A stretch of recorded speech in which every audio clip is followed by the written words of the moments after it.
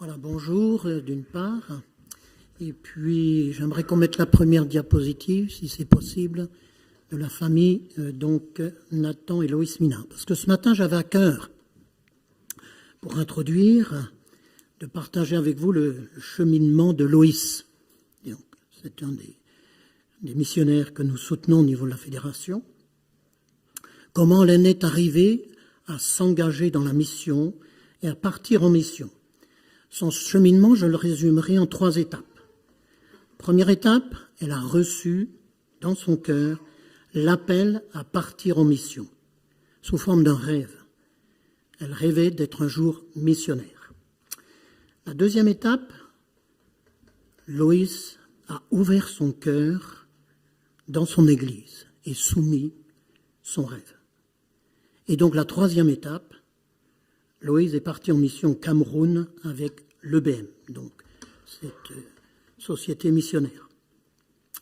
Aujourd'hui, donc Loïs, mais il faudrait que tu recules si tu peux, Loïs a mis ses compétences au bénéfice des femmes par des formations à la couture sur la station missionnaire de Garoua. Elle intervient aussi dans l'église locale. Nathan, lui, son mari, est responsable d'un centre technique de formation. En fait, il fabrique des outils pour faciliter la vie des autochtones. Qu'est-ce que je veux dire par là? Loïs a cheminé. Elle ne s'est pas levée un matin en disant « Tiens, je vais partir en mission ». Mais il y a eu tout un cheminement dans sa vie. Et elle a pu partir comme missionnaire et devenir porteur de bonnes nouvelles. Et c'est le thème que cette année la commission de missionnaires nous donne, porteur de bonnes nouvelles. Alors j'aimerais lire 2 textes, qui nous sont proposés d'ailleurs, dans Romains, chapitre 10 et verset 15, qui est d'ailleurs inspiré de Ésaïe 52, verset 7, où là, Ésaïe, le prophète, annonce aux exilés de Babylone une bonne nouvelle. Leur prochain retour au pays promis après 70 ans d'exil. Retour qui a commencé vers 587 avant Jésus-Christ. Je pense que ce matin, on peut admettre que c'est une bonne nouvelle. Le peuple va être libéré de la captivité en Babylonie. Et donc Paul a écrit, Romains 10, 15, qu'ils sont beaux les pas de ceux qui annoncent de bonnes nouvelles. Paul, donc aux Romains, en 56, va leur annoncer cette bonne nouvelle. Laquelle? Dieu voudrait que tous soient sauvés. Mais il y a aussi un questionnement de Paul. Y a-t-il des porteurs de cette bonne nouvelle? Et le second texte, 4 ans plus tard, dans les années 60 après Jésus-Christ, Paul va inviter les Éphésiens, les chrétiens d'Éphèse, à enfiler les chaussures, mais pas n'importe quelle paire. Paul dit, mettez comme chaussure le zèle à annoncer la bonne nouvelle de la paix. Donc ces 2 textes bibliques nous invitent, je dirais fortement, à être porteurs et bien de bonnes nouvelles. Et ce matin, je reprendrai les 3 étapes du cheminement de Loïs pour développer ce thème porteur de la bonne nouvelle. La nécessité de l'appel, la bienveillance de l'Église et quel message porte le missionnaire. Donc tout d'abord, la nécessité de l'appel. Pour qui cherche, je crois profondément, sincèrement à discerner si Dieu l'envoie en mission, qu'il sache que Dieu lui révélera son plan. C'est faire confiance au Seigneur qui, à un moment, placera dans le cœur la conviction de partir en mission. David a pu écrire au psaume 32 en parlant de Dieu, verset 8, « Tu as dit, je vais t'instruire et t'indiquer le chemin que tu devras emprunter. Je serai ton conseiller, mes yeux veilleront sur toi. » Donc, le porteur de bonnes nouvelles, le missionnaire, va percevoir clairement l'appel de Dieu. Certes, les moyens utilisés par Dieu pour imprimer dans le cœur une conviction sont bien nombreux et bien différents, mais appropriés à la personne pour qu'elle puisse entendre l'appel de Dieu. Quelques exemples utilisés par Dieu. Une parole. Justement, le prophète Ésaïe nous le dit au verset 8 du chapitre 6. Dieu dit « Qui enverrai-je » Ésaïe répond « Me voici, envoie-moi ». Le bon sens, un autre moyen. John Wesley, fondateur des églises méthodistes, a dit « Dieu me dirige généralement en présentant à mon esprit des raisons pour agir d'une certaine manière. » Le bon sens. Il peut y avoir aussi, plus difficile, la persécution. Philippe a été missionnaire en Samarie suite à la persécution à Jérusalem. Donc, conclusion, quel que soit le moyen utilisé par Dieu, celui qui est appelé entendra l'appel. Nous avons, et gloire à Dieu, un Dieu qui conduit ses brebis avec sa douce voix et sa houlette qui nous rassure. Amen. Le deuxième facteur qui a été important pour Loïs, pour devenir missionnaire, porteur de la bonne nouvelle, c'est ce que j'appellerai ce matin la bienveillance de l'Église locale, comme la nôtre. Je cite Michael Griffiths, ancien directeur de la mission en Chine, qui écrit « Les églises locales sont les plus qualifiées pour discerner l'appel à la mission d'un garçon, d'une fille, d'un couple. C'est elle aussi qui envoie le missionnaire. » Et il ajoute « Les sociétés missionnaires, comme le BM, ne sont que des canaux, que des instruments. » Et donc la culture missionnaire de l'Église va être importante et va créer un environnement favorable à l'éclosion de l'appel missionnaire. Cette culture de la mission dans l'Église s'entretient par un engagement dans la prière pour les missionnaires, comme nous avons fait tout à l'heure, par la prière régulière de quelques membres de l'Église locale, par une prédication répétée sur le commandement missionnaire, aller de toutes les nations des disciples, par un soutien financier, nous l'avons entendu aussi tout à l'heure, notre Église participe à 3 250 € à l'IBM, ou en recevant, autre exemple, un missionnaire lors d'un culte ou d'une autre réunion. Pour Loïs, son Église soutenait des missionnaires, priait pour la mission, invitait des missionnaires.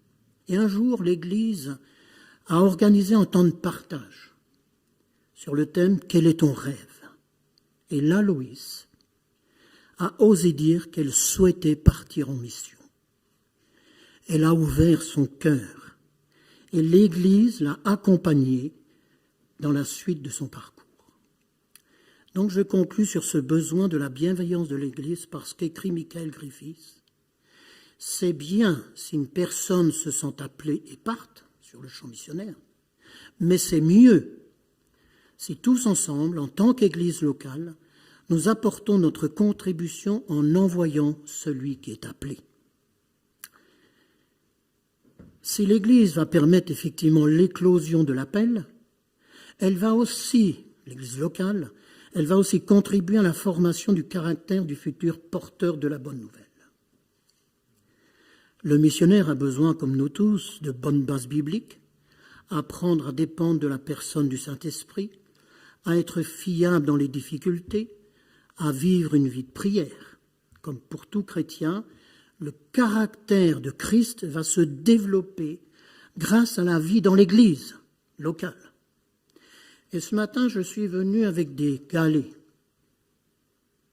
des gros et des moyens, ou des plus petits. Pourquoi ? D'abord parce que je suis natif de Normandie et je suis né près d'une plage. Et les plages normandes ne sont pas toutes de sable, il y a aussi beaucoup de galets.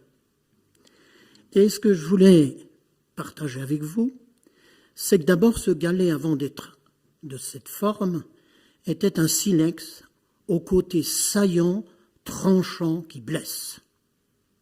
Et puis, combien d'années après, je n'en sais rien, je n'ai pas vérifié, mais quand même pas mal de décennies, dans le roulement dans les vagues sur le bord de la plage, il commence à s'arrondir, comme ça. Et puis, sans doute, quelques décennies après, il devient ce petit rond. Donc, qu'est-ce que je veux dire ? c'est qu'effectivement, c'est la même chose pour nous chrétiens. Dans notre vie d'Église, nous côtoyons les uns les autres, nous nous frottons les uns les autres, et c'est bon pour former notre caractère de disciple de Jésus. Vous savez, les galets que je vous ai apportés, eh bien, se sont arrondis parce que il y a eu les vagues. Mais pour ceux qui connaissent un peu la Manche, il y a les tempêtes, où ça remue, où là, parfois la mer est calme. Mais dans les deux cas, eh bien, les galets roulent dans les vagues tranquilles ou dans les tempêtes. Et je pense qu'on peut dire la même chose. La vie de l'Église, il y a de très bons moments, et alléluia. Et pour chacun d'entre nous, il peut y avoir des moments hyper difficiles, compliqués, des tempêtes. Mais ça ne fait rien. Que ce soit une bonne période de vie d'Église, un bon temps, ou que ce soit des moments difficiles pour la vie de l'Église, ça sera bon pour la formation de notre caractère de disciple ou du caractère pour le futur missionnaire. Mais j'aimerais, il y a ce verset 17 du Proverbe qui rappelle « L'homme s'affine au contact de son prochain, tout comme le fer se polit par le fer. » Donc c'est bon de se côtoyer, de se frotter les uns les autres, même si parfois c'est un peu compliqué. Mais j'aimerais souligner deux traits de caractère peut-être un peu plus particuliers pour un missionnaire. La persévérance, ou plutôt j'appellerais ce matin la ténacité. Une personne tenace surmonte les obstacles et fait preuve de courage même lorsque la situation se complique, sans tomber dans le pessimisme. Et c'est ça qui est important. C'est de ne pas, dans le moment difficile, au moment d'un obstacle, être défaitiste ou pessimiste. Donc le missionnaire a besoin de beaucoup de ténacité, de persévérance. Paul, sans doute, l'un des meilleurs exemples de missionnaire, écrivait aux Corinthiens « Jusqu'à cette heure, nous souffrons la faim, la soif, la nudité. Nous sommes maltraités errants, ça et là. Nous nous fatiguons à travailler de nos propres mains. » Écoutez la suite. « Injuriés, nous bénissons. Persécutés, nous supportons. Calomniés, nous parlons avec bonté. Nous sommes devenus des paliures du monde, le rebut de tous, jusqu'à maintenant. » Et même pour ajouter que l'apôtre Paul est obligé de s'enfuir par une fenêtre dans un panier pour échapper à la persécution. Un autre missionnaire, dans les années 1890, près du fleuve Zambèze, dans la Zambie, a dû affronter les maladies. Et vous avez entendu dans le PowerPoint combien, au moins 2 familles missionnaires, eh bien, sont touchées par la maladie, ou ont été touchées par la maladie. Ces animaux meurent, les crocodiles qui dévorent ces chèvres, et pire, des collaborateurs qui deviennent infidèles. Donc c'est vrai que la marche pour un missionnaire peut être difficile, mais le Seigneur est son soutien. Et il lui accorde généreusement, je dirais abondamment, le Saint-Esprit depuis la Pentecôte. Les apôtres ont été boostés, eux, en recevant le Saint-Esprit à la Pentecôte. Eux qui auparavant s'étaient enfermés dans la chambre haute, et vous vous souvenez de quoi? Plein de crainte. Après la Pentecôte, eh bien, ils annoncent avec assurance et force la bonne nouvelle. Premier trait de caractère, donc la ténacité. Deuxième trait, je crois pour un missionnaire, c'est l'adaptabilité. Trait de caractère qui permet d'être capable d'évoluer, de se modifier en conséquence. Avoir un comportement adaptif, c'est intégrer les changements imposés par un nouvel environnement. Je crois que c'est assez facile à comprendre. C'est pas la même chose d'être témoin à Lyon que d'être témoin en Thaïlande ou en Afrique. C'est pas le même contexte. Donc il est important de s'adapter. Et je reprendrai l'exemple de l'apôtre Paul qui écrit toujours aux Corinthiens un petit peu plus loin. J'ai été faible avec les faibles afin de gagner les faibles. Je me suis fait tout à tous afin d'en sauver de toute manière quelques-uns. Je ne sais pas si vous avez remarqué sur la diapositive au départ l'habillement de Loïs et de son mari Nathan. Ils portent le costume du pays. C'est peut-être une petite chose, mais ils se sont adaptés, ils s'adaptent aux coutumes du pays. Un autre exemple, l'épouse de William Carey, reconnu comme le père de la mission moderne, suite à leur installation en Inde, a commencé à avoir des difficultés à s'adapter au niveau émotionnel et mentalement. Et elle est même devenue psychologiquement affectée. Donc, pas facile d'être missionnaire et il faut aussi savoir s'adapter. Donc je dirais que toutes ces vertus, toutes ces qualités de caractère, eh bien c'est bien dans la vie de l'Église locale que nous, comme le futur missionnaire, va les développer. Enfin, quel message apporte le missionnaire ou le porteur de bonnes nouvelles?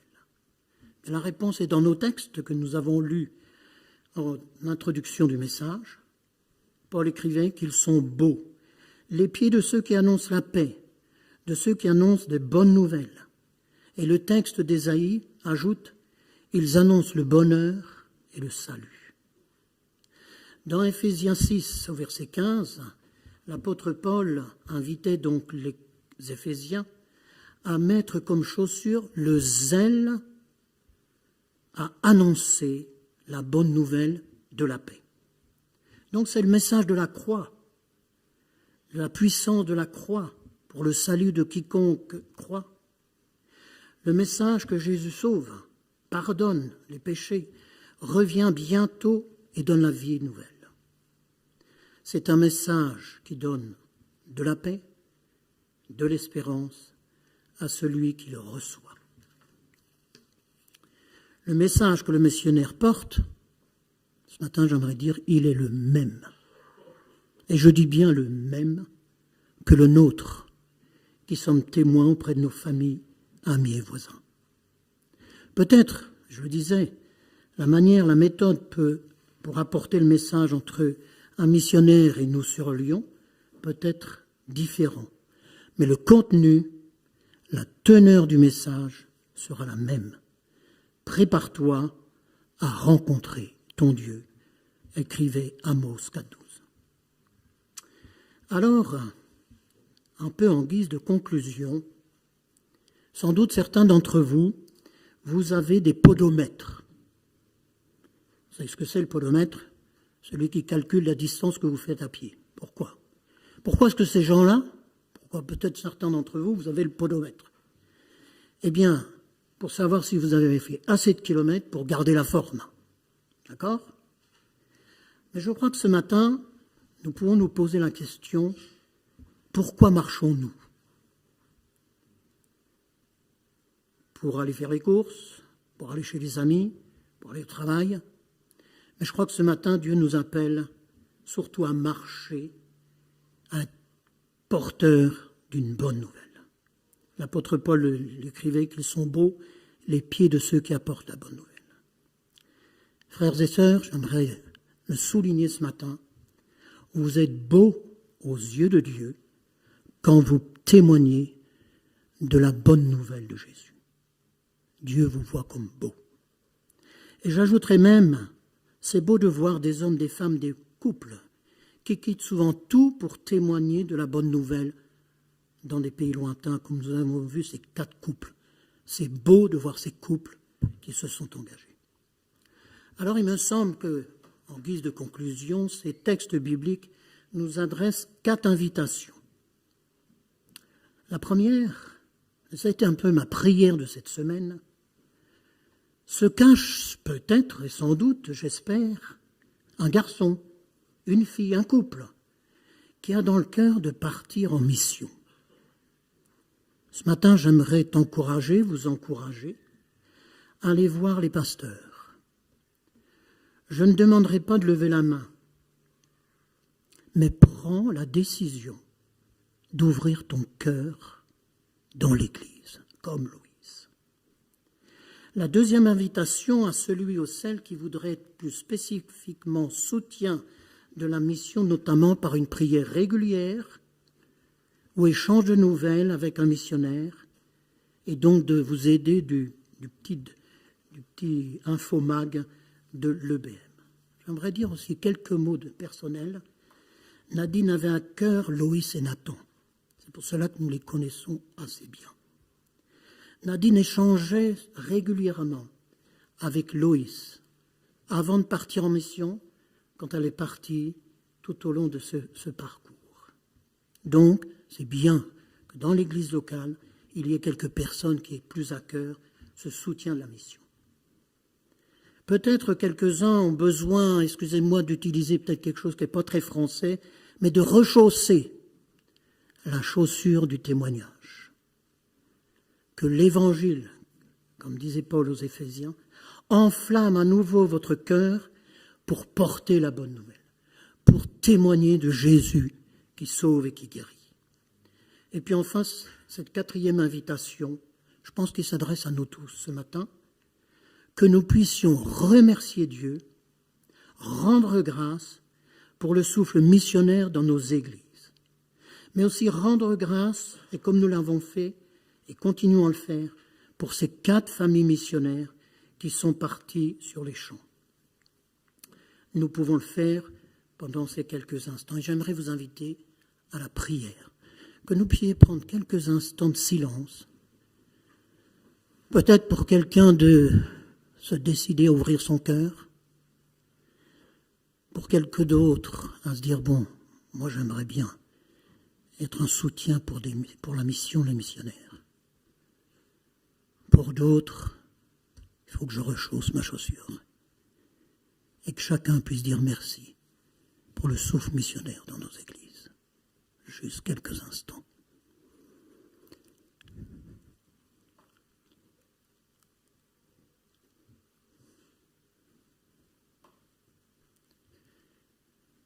Merci Seigneur pour ta parole qui nous encourage à être des témoins, à être des porteurs de bonnes nouvelles.